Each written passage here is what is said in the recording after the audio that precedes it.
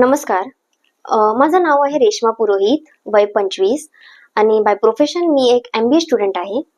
आणि आज एक इम्पॉर्टंट नाही तर ॲक्चुअली इम्पॉर्टंट डिस्कशन आहे की आई-वडिलांच्या प्रॉपर्टीवर त्यांच्या पोरांचं इक्वली हक्क असायला पाहिजे की नाही?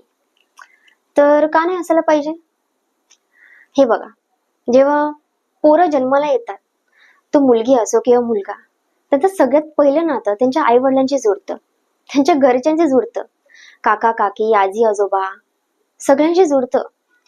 आणि आई-वडील निस्वार्थपणे प्रेम देतात, एज्युकेशन देतात. जे हवे ते पोरांना सगळं काही आणून देतात. मग त्यांच्या ह्या सगळ्या गोष्टीवर भेदभाव नसतं. मग प्रॉपर्टीवर कशाला?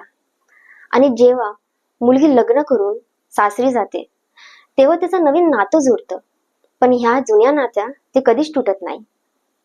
ते तशाच होत्या आणि तशाच राहतील.